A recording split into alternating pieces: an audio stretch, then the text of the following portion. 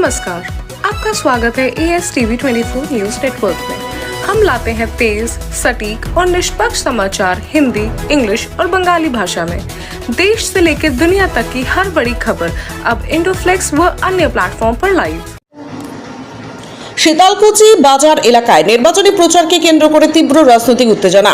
CPM নেত্রী মীনাক্ষী মুখার্জির গাড়িতে হামলা ও ভাঙচুরের অভিযোগ উঠেছে বিজেপি কর্মী সমর্থকদের বিরুদ্ধে। ঘটনাকে ঘিরে মুহূর্তের মধ্যেই উত্তপ্ত হয়ে ওঠে গোটা এলাকা।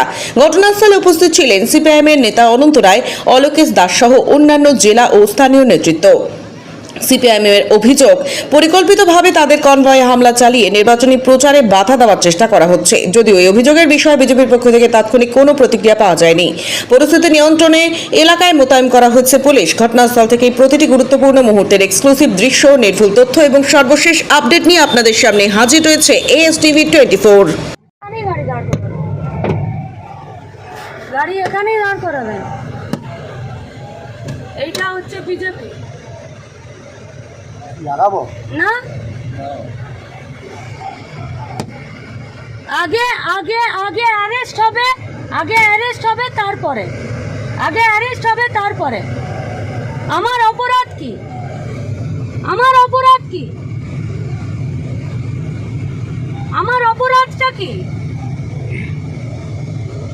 আগে এখানকার পুলিশ এসআই অ্যারেস্ট করবে, তারপরে এখানে যতগুলো মিডিয়া আছে সব মিডিয়া এদের ছবি আগে এখানে পুলিশকে উকিলে কোর্টে এখানে যাবে।